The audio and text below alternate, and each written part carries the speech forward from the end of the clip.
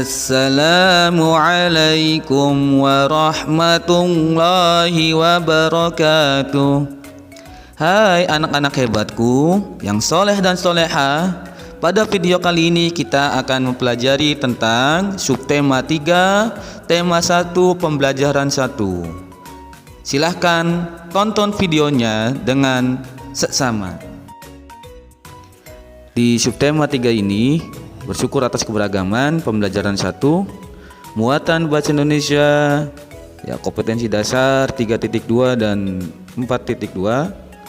Kita akan membahas tentang gagasan pokok dan gagasan pendukung dalam teks lisan. Nah, apa itu teks lisan? Nah, teks lisan adalah teks yang dibacakan. Nah, sedangkan gagasan pokok dan gagasan pendukung di dalam teks lisan itu ditemukan dengan cara menyimak. Ya, menyimak, mendengarkan. Menyimak itu artinya mendengarkan dengan seksama hal-hal yang dibacakan oleh si pembaca dalam membacakan teks cerita. Sekarang perhatikan contoh berikut. Salah satu bentuk keragaman di Indonesia yang mampu menarik wisatawan adalah makanan, terutama makanan tradisional.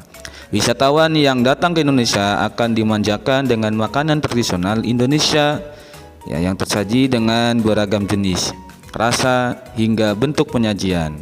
Ada yang berbagai jenis makanan tradisional, mulai dari makanan utama seperti papeda hingga kudapan seperti getuk.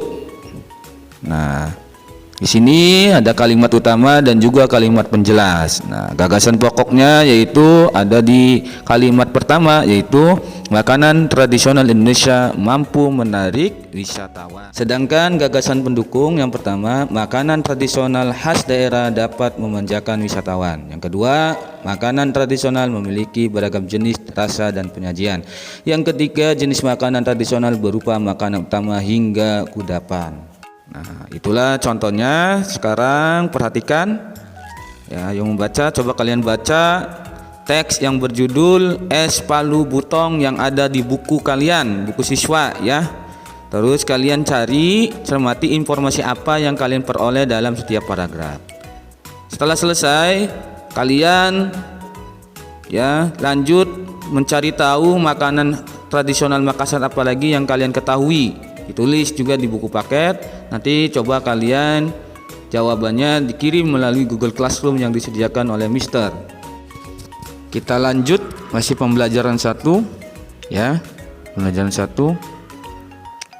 Di sini muatannya yaitu muatan IPS, ya, KD.2, itu tentang makanan tradisional sebagai identitas bangsa Indonesia. Ya. Indonesia merupakan bangsa yang kaya akan keragaman budaya.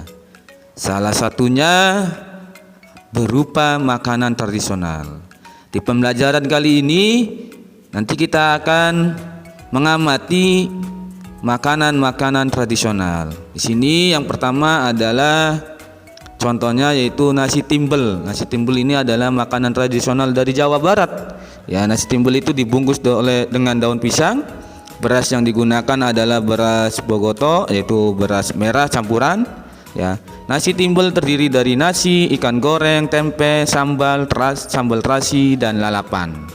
Itu adalah nasi timbel yang makanan tradisional dari Jawa Barat.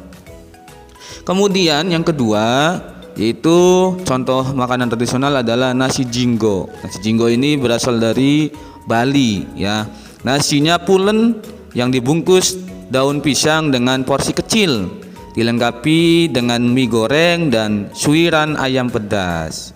Lanjut, contoh yang berikutnya adalah papeda. Papeda ini merupakan makanan tradisional dari Papua.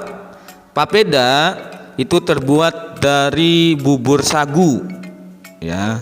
Papeda, ya, dari bubur sagu. Papeda itu memiliki rasa yang tawar, disajikan dengan tongkol atau mubra kuah kuning. Contoh berikutnya makanan tradisional yaitu bubur Manado dari Sulawesi Utara. Bubur Manado ini adalah bubur putih yang berisi dengan campuran jagung manis, labu, kangkung, bayam, dan kaldu ayam. Bubur Manado juga dapat disajikan dengan suiran ikan, cakalalang goreng. Nah, itulah contoh dari makanan-makanan tradisional. Selanjutnya kita masih di pembelajaran 1 subtema 3 muatan IPA ya, itu pemantulan dan penyerapan bunyi. Dan IPA. Bunyi dapat dipantulkan jika mengenai benda keras seperti kaca, dinding, dan logam. Ya, dinding yang terbuat dari susunan batu bata dan semen dapat memantulkan bunyi.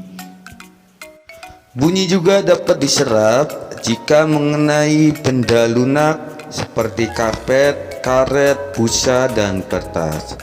Lantai dan dinding ruang pertemuan dilapisi karpet. Tujuannya adalah untuk menyerap atau meredam bunyi.